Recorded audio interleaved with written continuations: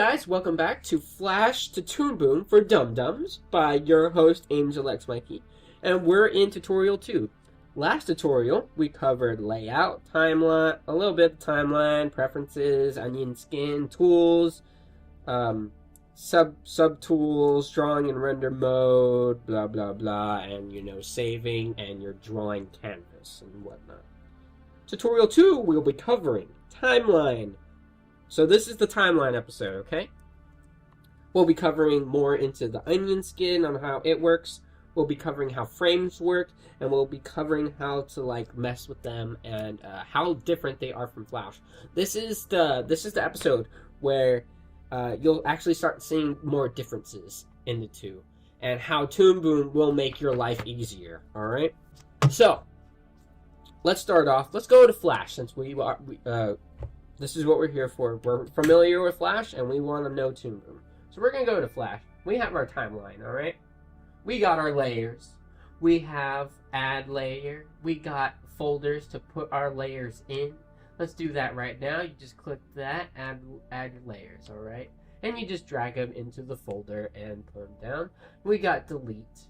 Let's delete one. All right, we delete. We got our go to first frame, go to last frame, step forward one frame, play, and all those options.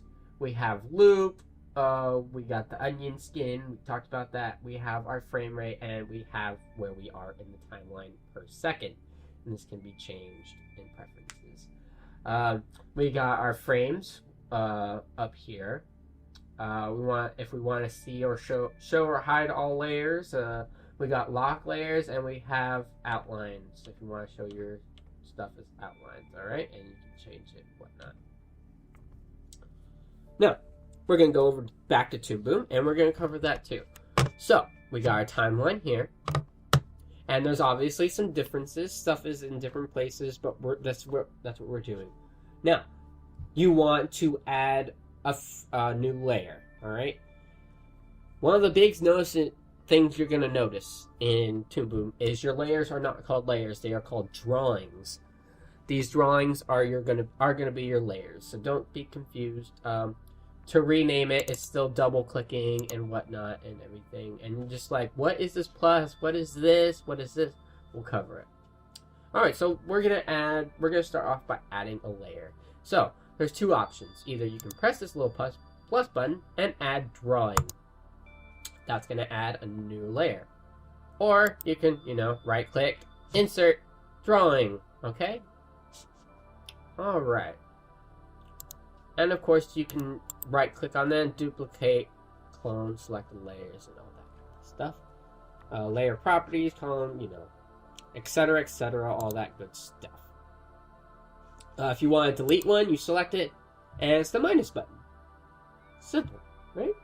If you want to hide layers, you don't want to see them, you got your little eyes right here that actually follow your mouse. You click that. It won't show that layer anymore, or that one, or wherever you want. You want to lock a layer.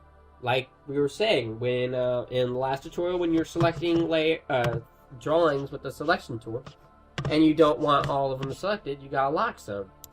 There you go. You got your lock right there. Now, the onion skin tool. I don't see that anywhere. Right here. This is your onion skin tool. You just click that bad boy and boom. And these are your onion skin guidelines. If you remember, let's go back to Flash. Flash has these too. They're more bracket than, they look more like brackets than frames. Oh, we gotta insert frames. As you can see, I don't need frames to mess with this. That's fine. Plus, but we got our little brackets right here for Flash. If we go back to Toonboom, we got our little blue brackets. All right, and we can move that back and forth, back and forth, back and forth. All right. This is to scroll into the timeline, just like in Flash. It's literally almost the exact same thing. It's even almost the same color. So we got our onion skin. Right up here, we got the play button. We got the loop button. That way you can just click it and it'll loop playing in the timeline. We got our sound. So when it plays, it'll play the sound. We got our sound scrubbing, so if you scroll through the timeline, you can hear it.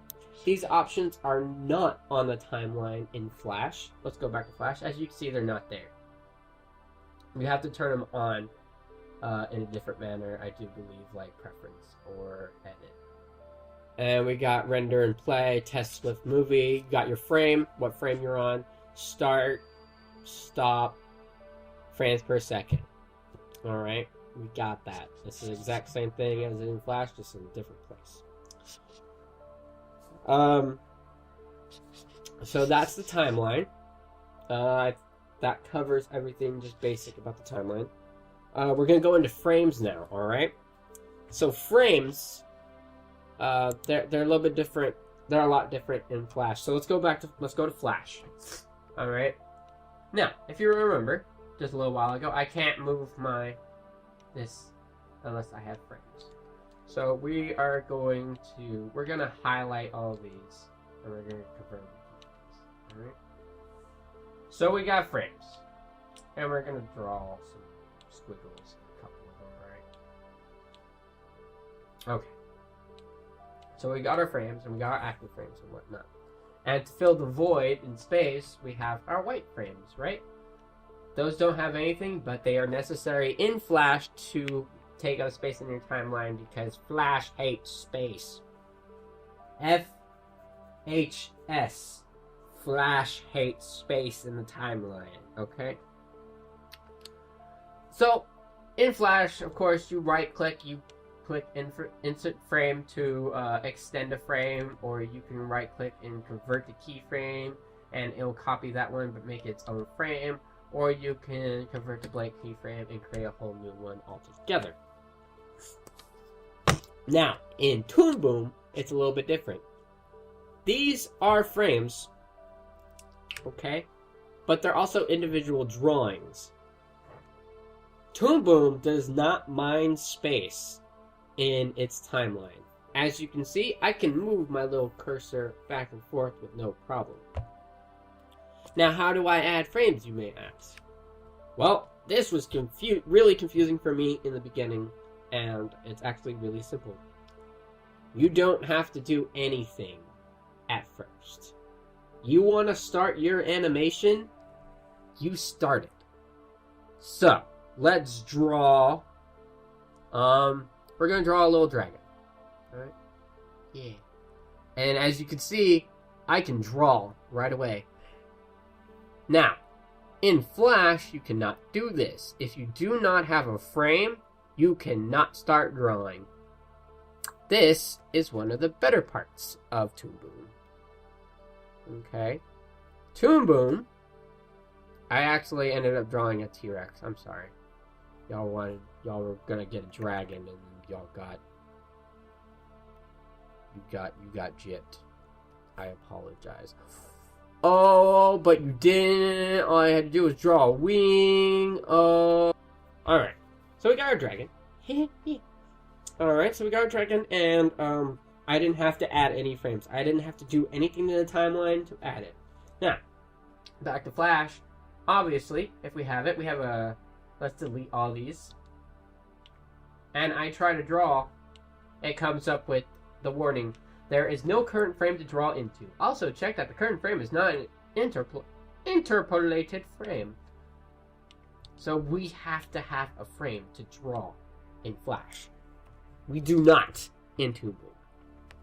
Now, you're probably thinking, okay, well, you said Toonboom doesn't mind white space. What do you mean by that? Well, we'll get to that here in a bit. So let's say I wanted to animate this dragon, alright? And I just wanted to move his head up just a little bit.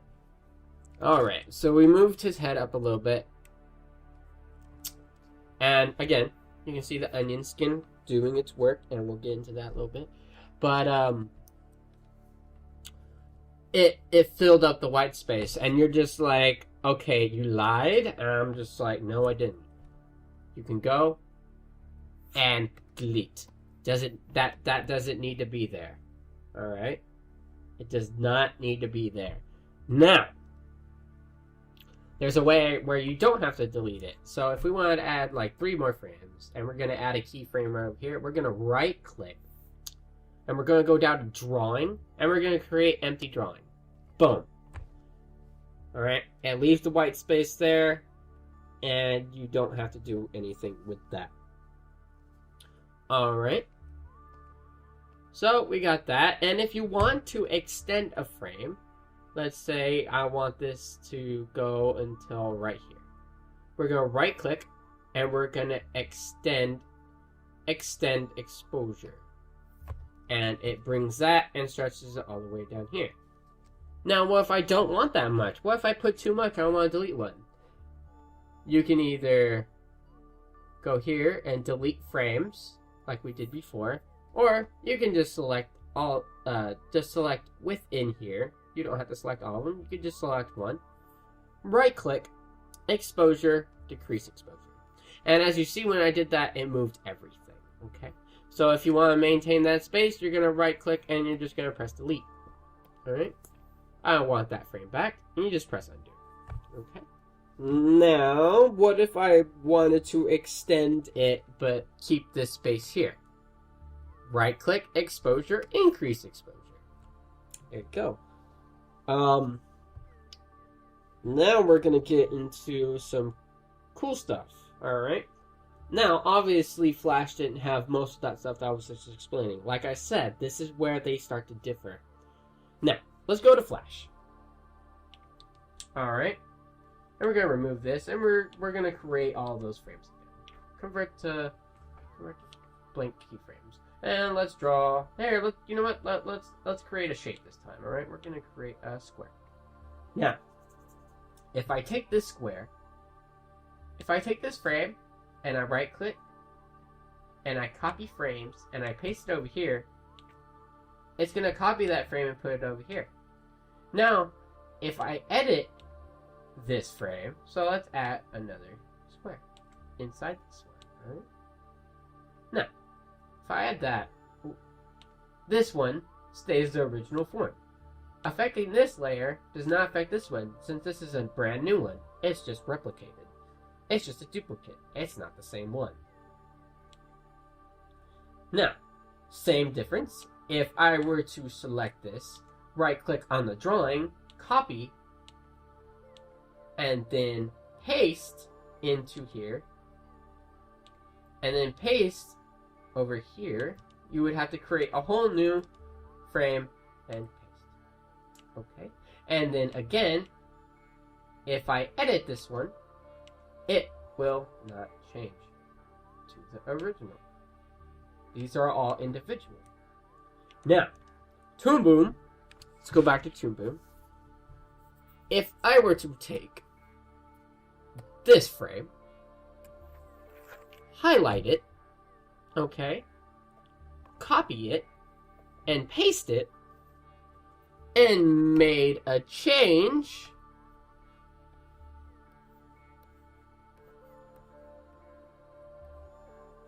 the original would be unaffected. It would be just like Flash. Now, if I took this frame and I copied cell, if I copied the drawing, the frame itself, and put it over here,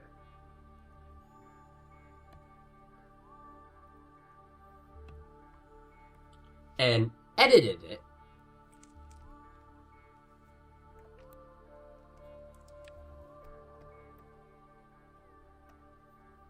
the original will change, because Toonboom registers it as the same drawing that way.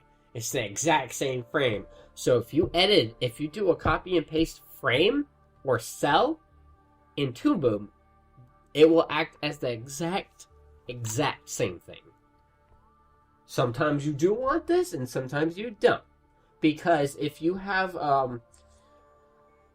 let's say lip sync. If we're lip syncing and you mess up and you copy and paste some of the frames, depending on where, if it's a shape, and you copy and paste that one over and over again in different spots, but you want to make it look better, and you edit a little bit in one, it will edit that mouse movement in all of those. In all of those that it pertains to, which is great.